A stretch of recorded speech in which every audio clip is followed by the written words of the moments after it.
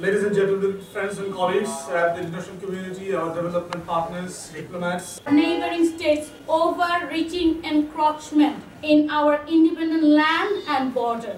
Through multiple bilateral meetings and flag meetings, India has reiterated their commitment to bring casualty at the border to zero. However, we have seen that despite calling themselves our closest ally, Indian border security forces applies a shoot-at-sight policy for the India-Bangladesh border.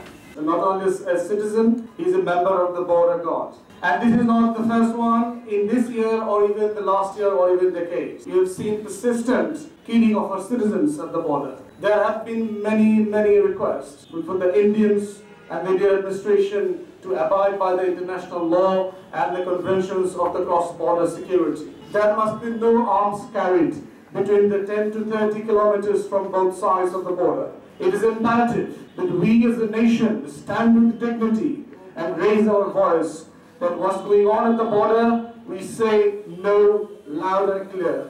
Border killing must stop now and forever. And to reiterate, our killings since 2010 at the border is 1,286, which is 1,285 more dead bodies than the Nepalese-Indian border. So we urge our citizens and the state to uphold a more strict foreign policy so that these border killings are downwards to zero, and for Indian counterparts to stop their shoot-at-sight policy. India has been our inevitable neighbor for a few hundreds of years. We have been in one country.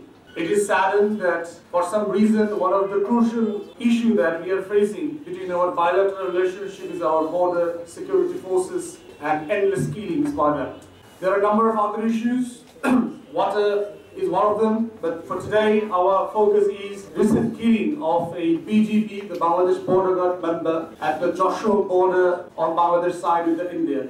It is sad that the Indian Border Security Force had illegally entered into our territory and killed our own citizens. Many of the human rights organizations across the world had persistently called upon the Indian governments to issue policies that will ensure anyone illegally crossing the border should be brought to justice, not necessarily he or she has to be killed. From our side, we feel it is our subservient foreign policy by this illegal and illegitimate regime for the last 50 years, who fail to stand by their own citizens, who fail to condemn persistent killing by the BSF, who fail to raise the issues with the BSF-BGB meetings, who fail to raise this issue even internationally, if not with the Indian counterparts. We therefore urge for our future relationship and to bring the killings to zero in the future months and years, they must take the matter seriously.